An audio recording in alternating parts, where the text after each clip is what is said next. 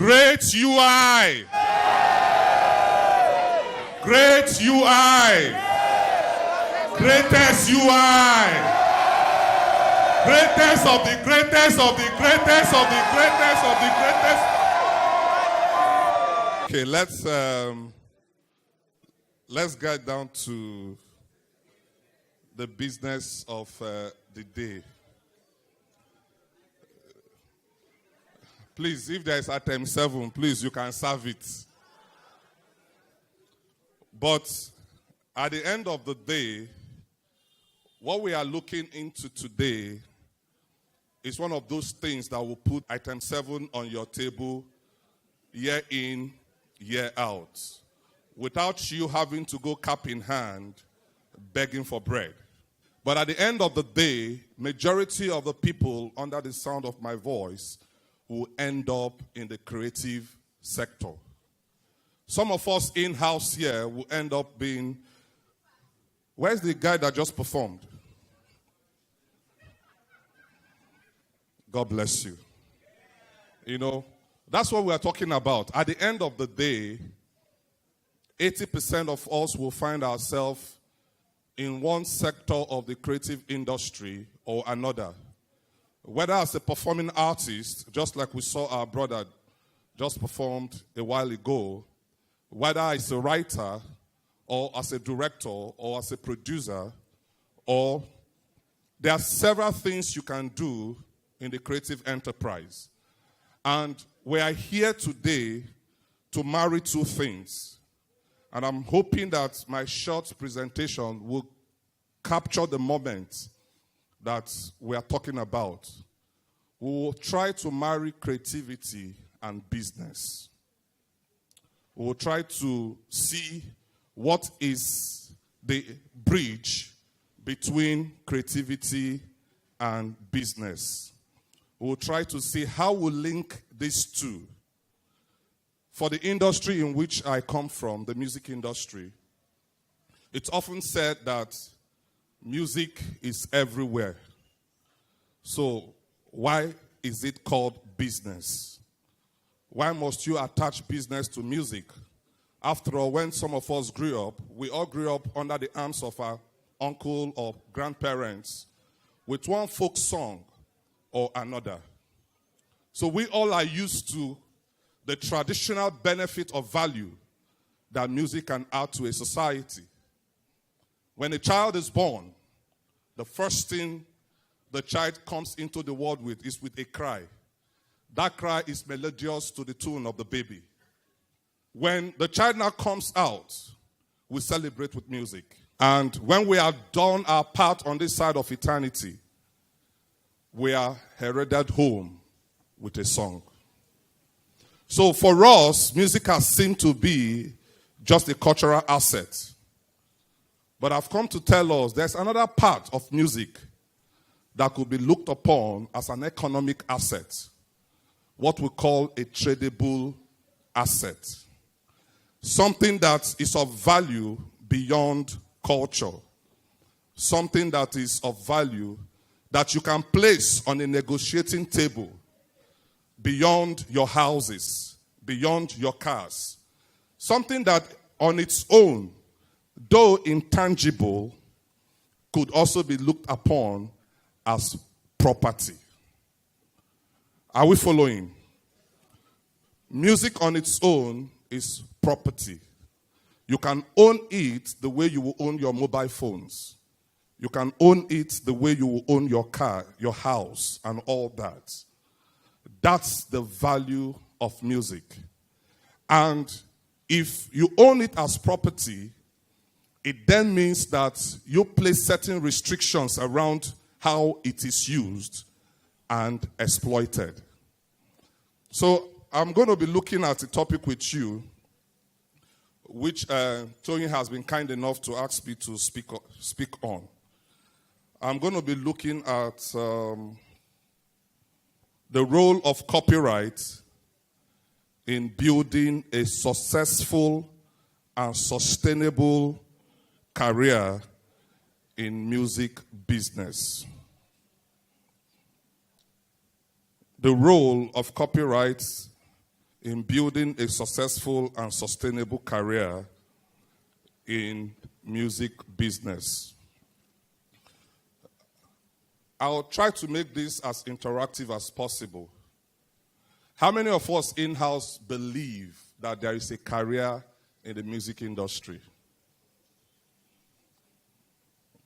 There's a huge, huge potential, you know. Speaking of marrying creativity and business, I have discovered that a superstar artist and a surgeon have something in common. An artist who is big and a professional surgeon, they do have something in common. It is not that either one would be particularly good at the other's craft, but rather that each one is capable of performing his craft brilliantly and generating huge sums of money without the need for any financial skills. It is possible that a superstar, a big artist, why he is likened to a surgeon, is that these guys can be big both in fame and in financial status without necessarily having financial skills. Please follow me in this journey.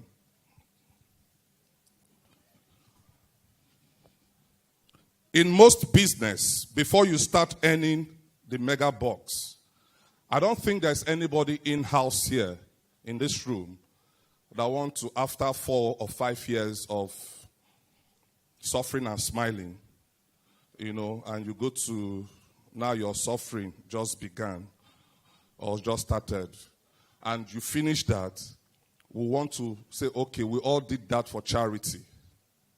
There's an essence. At the end of the day, while you are deriving an intrinsic value in satisfying yourself that you have a qualification, you hoped that the certificate will earn you some income and not just anyhow income in future. So in most business, before you start earning the big bucks, you have to be pretty well schooled in how the business works. Take, for example, if you open a grocery store or a shoe store or a manufacturing company, whatever it is, you have to work up the budget. The first thing you will do is to create a budget. Is that not so? Negotiate an office rent. Bargain for the price that you would like to sell your products, you know, and so forth. And all before you do all this, before you get your first check. But in entertainment, as in surgery, you can rise to the top without any business expertise. Please follow me because it will look like a contradiction as we go down. Making a living from a business you don't fully understand is risky. Yet, a large number of artists, including our major ones, have never learned such basics as things like how is the royalties computed? Copyright royalties, you know, I'll come to that later. How are they computed? What is copyright? How publishing works, and a number of other things that directly affect their lives. They don't know this stuff because, number one, their time was better spent making good music. That's why they don't concentrate on the business side. Number two, they weren't interested. They are not interested. These are some of the excuses, you know. Number three, it sounded too complicated. And number four, learning it was too much like being in school. How many of us, if you have had close contacts with any artist, have heard any of these reasons? That the subject of the music business is too complicated. It's like taking you back to your university days and all that. Or we are not interested. We are doing this so that we can do what? We can blow. That's the interest. Let us get the fame first. Then we will go through the process later. But without knowing these basics, it is impossible for them to understand the intricacies of their professional lives. It is not good enough to just be a good artist. It's not good enough to be a good performer. You can captivate the stage. You can hold your own. Your stage craftsmanship is second to none. But you can have all that without the basic understanding of the professional calling that you have. Later in years, you begin to understand the points we're about raising here. And as their success grows and their lives get more complex, they become even more lost. I would like to say this, and please write this down. No one ever takes care of your business as you do. No one can take better care of your business than you. No one. You might have the professionals that will work for you. But as a creative person, whether you're an author or you're an artist, or you're a business owner, an investor in the music industry, it's your primary responsibility to school yourself in the skill of music business. And let me say that music business is just like your other business. It's like your financial business. It's like your marketing business. Just the same way that you have rules that guide the operations of your business, so also you have rules that guide the music business. This is, however, a very exciting time for stakeholders in the music business. Never before in the history of the music business in Nigeria have there been so many opportunities for composers and performers to get their music heard and sold. As the internet is geographical neutral, it has become far less important as to where an artist is based. Are we clear?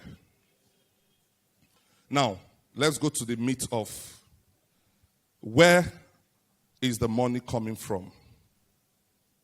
Where is the money coming from? Because we are talking about building a career in the music business.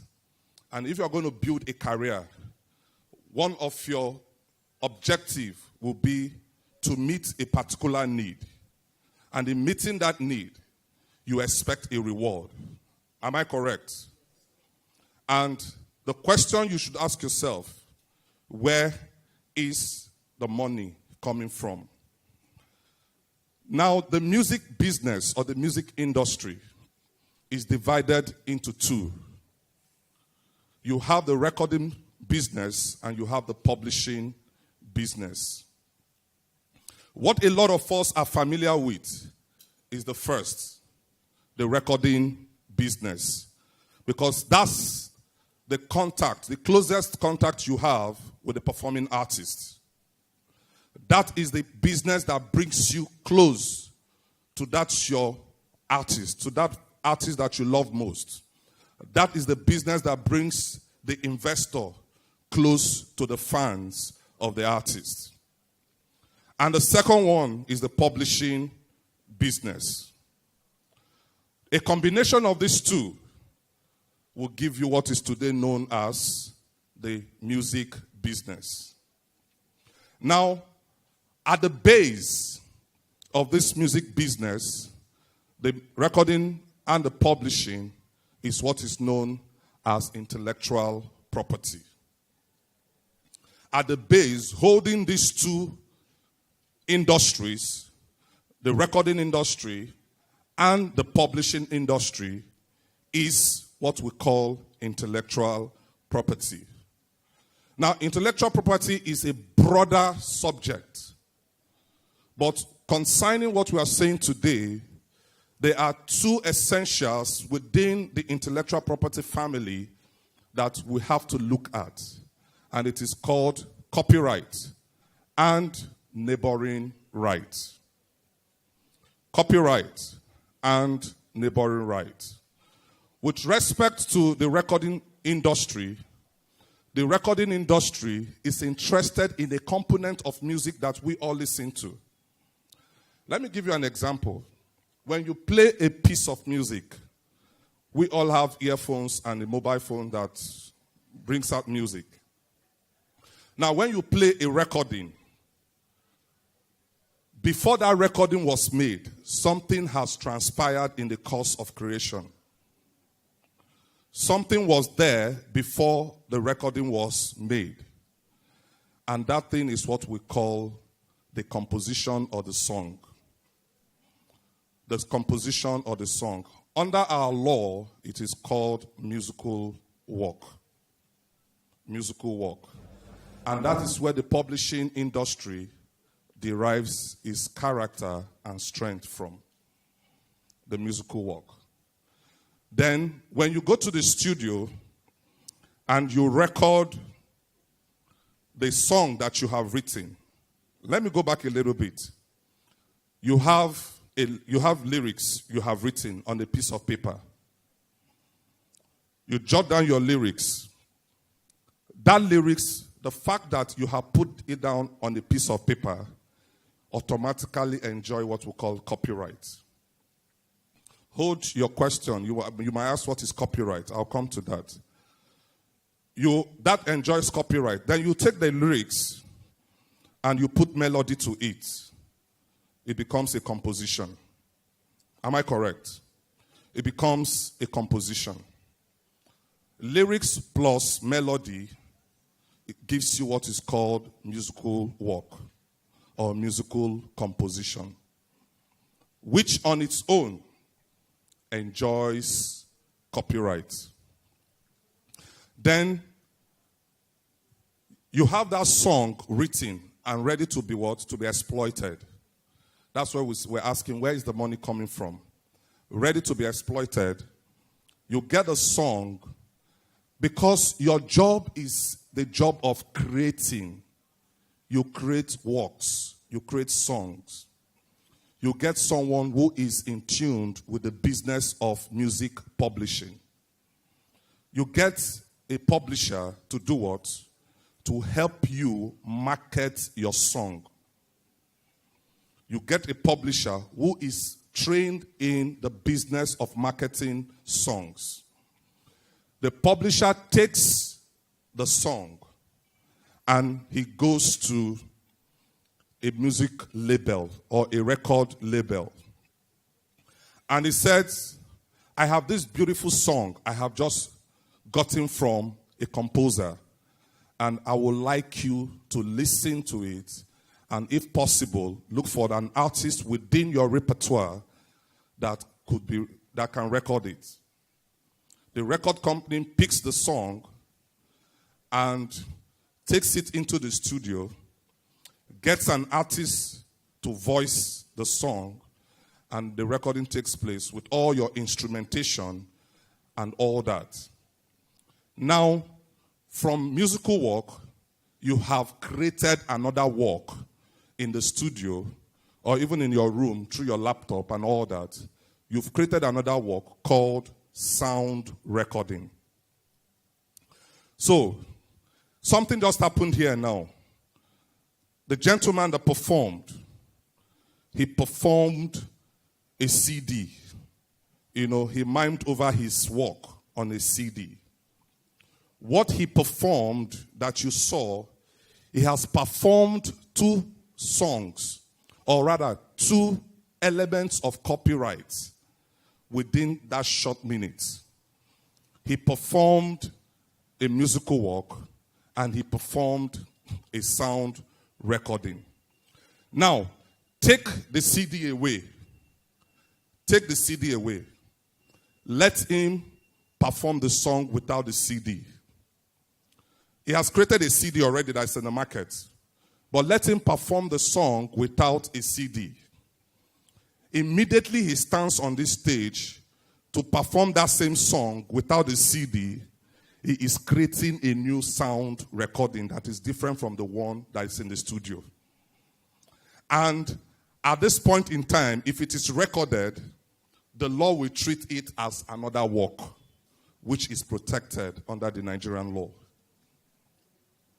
Is this sounding complicated? You are sharp, gentlemen and ladies.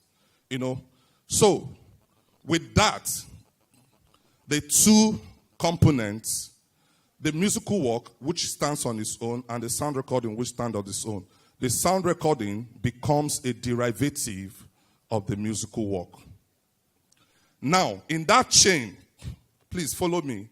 In that chain, who will be the owner of the music at the end of the day? The artist. I'm asking a question. In this my short journey that I've just taken you through, who is the copyright owner? What's the title of your song? Higher. Who is the copyright owner of that song, Higher? Mr. Natural. Is that correct? What's your real name? Sorry, I hope. Sheung. Good. Did you write the song yourself? Good. Do you have a record label? You don't have a record label. Please, if you don't mind, just come, please. Just come. Please put your hand together for him.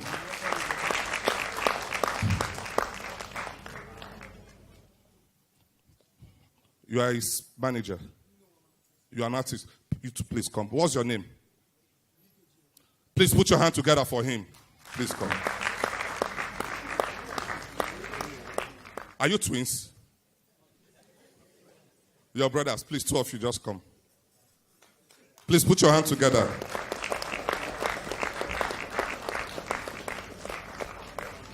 Okay, let me make it easier for us. Because you cannot talk about the music business without dealing with the issue of copyright, without dealing with the issue of intellectual property. Because everything that you do as an investor or a stakeholder in the music business is hinged on the fact that your rights could be protected, that you could exploit your work and earn an income from the exploitation of that work. Now, let's take my friend here as the lyricist, the guy that wrote the song. Let's take his brother here, because this guy is just good at writing songs. He's not good at putting melodies to the song. He's not good at composing. And it's not fault of his. God has not given him that talent. Or maybe he has not discovered that. But this gentleman here is the composer. He composes what this guy has written. So, this is your lyricist. This is your composer. Then, this is the one and only artist. But before this guy, there's another person. Please come. In between these two gentlemen, there is somebody, by the practice, traditionally, there is somebody that has to be here. Thank you. Now, this gentleman is not interested in these guys. He's not interested in these guys. His interest is in these guys. Why? Because he is the publisher. He takes the work of these guys. Now, the lyrics and the composition is one. It's what calls musical work. He takes that and he goes to this guy. Please come. He goes to this guy and he says, to market the song to him. I think this artist is the right person to perform the song. And this guy looks at it and said, yes. Maybe he likes performing love song and all that. And he takes it and he performs it. So this guy pays for the studio session, pays for the distribution, pays for the marketing of the song, and ensure that this gentleman gets some advances so that he can keep recording music. You get it now? Then at the end of the day, the question I ask, who is the right owner of the work? Huh? Publisher. He's the right owner of the work. Yeah, I think so. You see the confusion. You paid. You paid now, right? He said he composed. He said he wrote. So the 5 of them are claiming ownership of one piece of work. So how do you deal with that? Because definitely the work is going to generate income. Because it's going to generate income, we must be sure that the money gets into the hands of the right person. Now, the label said he spent money recording the work. The publisher said he also spent money marketing the song. Now, to deal with this, what the Nigerian law has provided for is that these 2 gentlemen are the first owners of the rights in a musical composition. Regardless of how much this guy may have spent in marketing the song, if he likes, spend all his money. By our law, these 2 gentlemen are the owners of the work. However, the law also provides what we call, there is a law of contract that says this man can enter into an agreement with this man to have a share in the proceed that comes from the work. So this gentleman says, I'm going to market your song, but when you earn $1,000 from it, you will give me $500 and you will take $500. So this guy, they signed the agreement. Now, these guys are copyright owners. They now transfer the rights to him. He becomes a copyright holder, not an owner. He is holding the right in trust on behalf of these guys. But he also assumes their position because he has signed an agreement. Then these guys now records the song, pays for it. He enters into an agreement with the artist. And they share their proceed from the works based on the recording.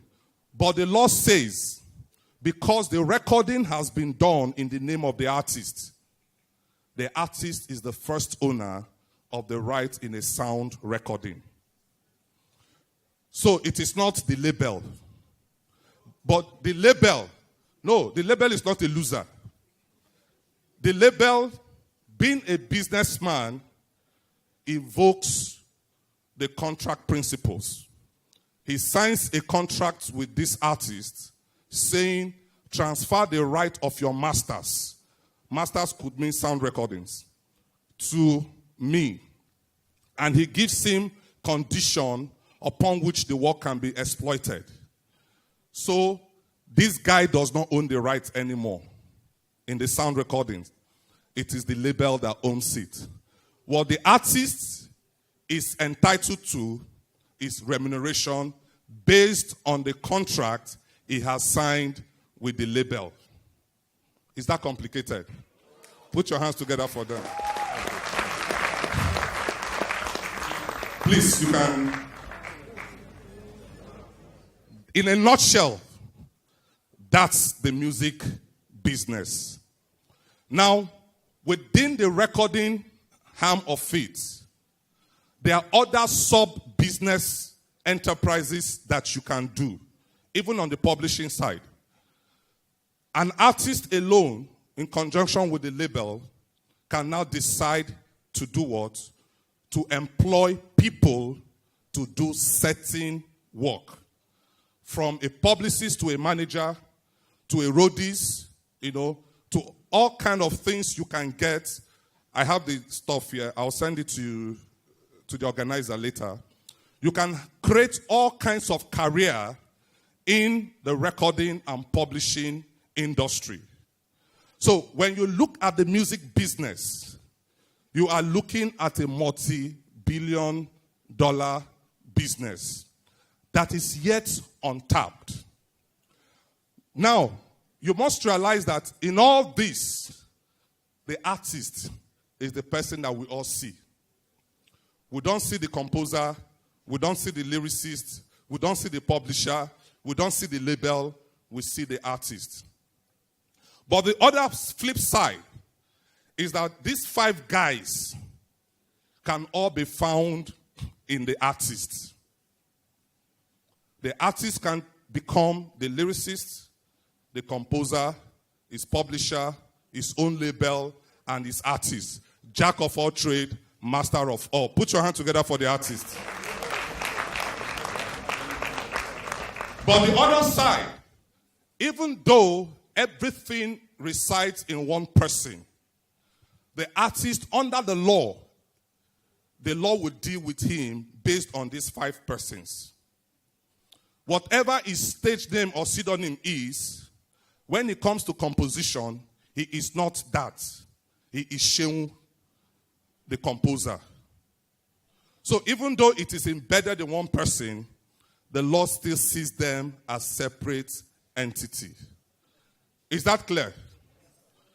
Now, the income from all that we have said, you can get income from public performance on radio, television, download, streaming, live performances, concert, bars, shops, hairdressing, salons, and everywhere you can think of.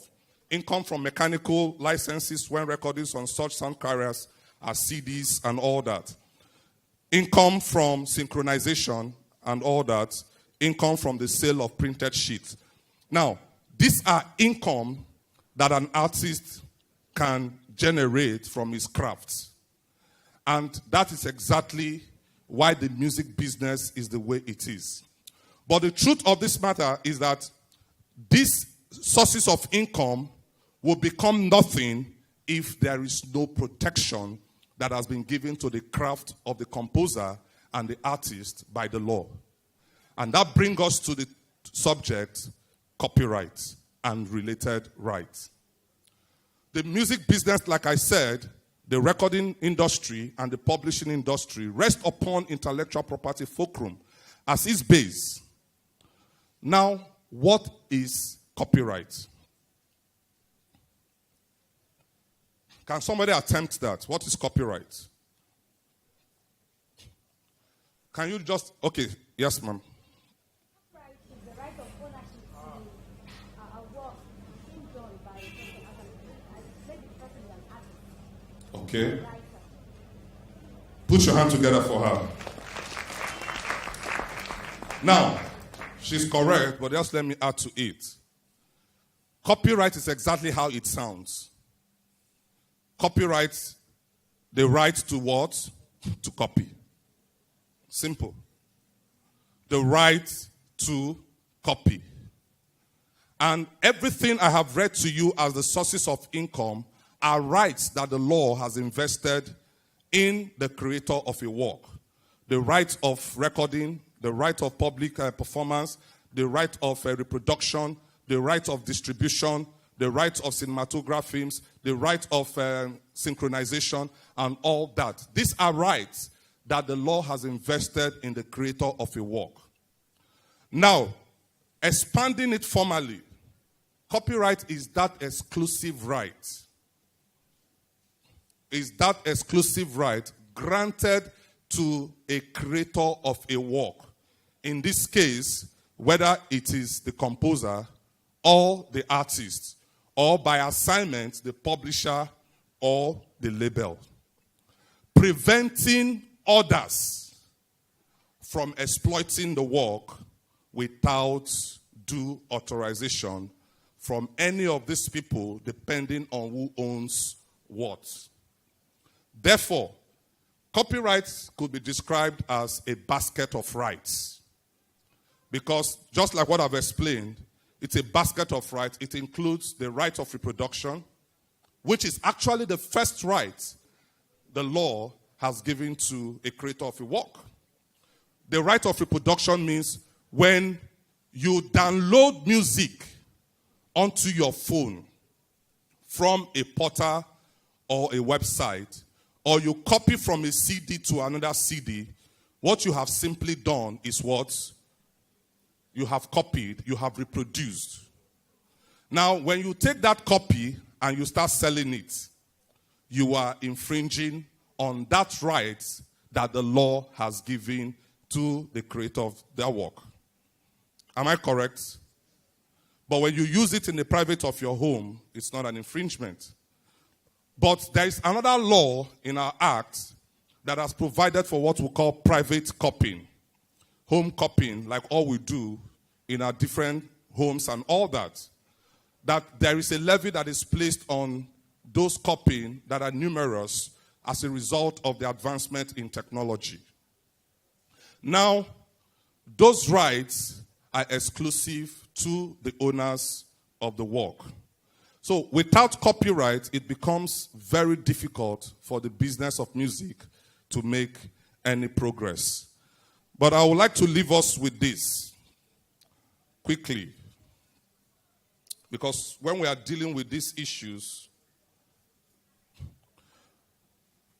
I want us to take a look at some of these hard facts. Number one, you are a business. Say to yourself, you are a business.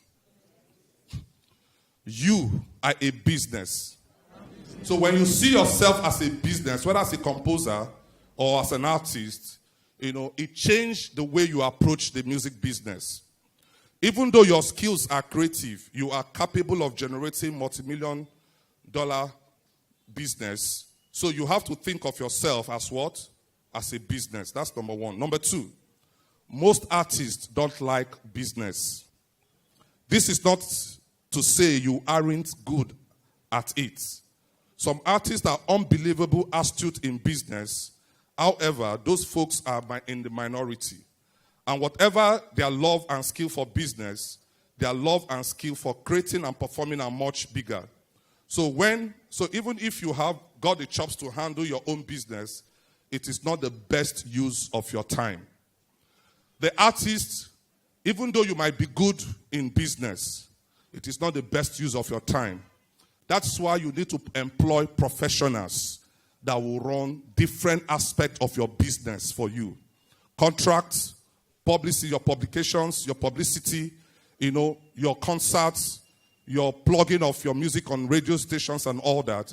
You get people and the manager to manage you. Artists sometimes are not the best of managers to themselves. Number three, success hides a multitude of sins. This is true in any business, from making widgets to making records. If you are successful, you can get away with sloppy operations that would bankrupt you if times were bad. Am I correct? For example, putting all your past on the payroll, buying lots of non-producing assets. You cannot run a business if you have all your past on your payroll, because there's no way you can think straight and be judicious with your expenditures. You cannot continue to buy things that are non-income yielding. I will not mention names so that I don't offend some people. But at a level in your life, there are certain things that you don't have to purchase to please others. You must buy things that will continue to generate income for you. Your career is going to have a limited run. Don't take offense at this. Limited can mean anything from a year to 50 years. But it's nonetheless going to be limited. In most careers, you can expect to have a professional life of 40 years plus. But as an entertainer in the music business, this rarely happens. And the road is true with carcasses of aging superstars who work for rent money on small gigs. So take the concentrated earnings of a few years and spread them over 40 years. And you will find that two things will happen. The earnings you don't look out, the earnings you don't look might not look quite as impressive. Then B, you'll realize the money may have to last you the rest of your life. I will conclude with this. What I've just said in that short run is the career of an artist has a very short span. Very short span. As a business thinker, you must set up structures that will help and keep generating income for you even when you are no longer performing those gigs and concerts. So when you spend your money in improving yourself and setting up structures, you are doing the right thing. And I call you this day to invest your time in understanding the implications of copyright to your business. There are problems we are having today in Nigeria in the music industry because some people have not taken time to learn the art of the music business. Thank you very much, and God bless you.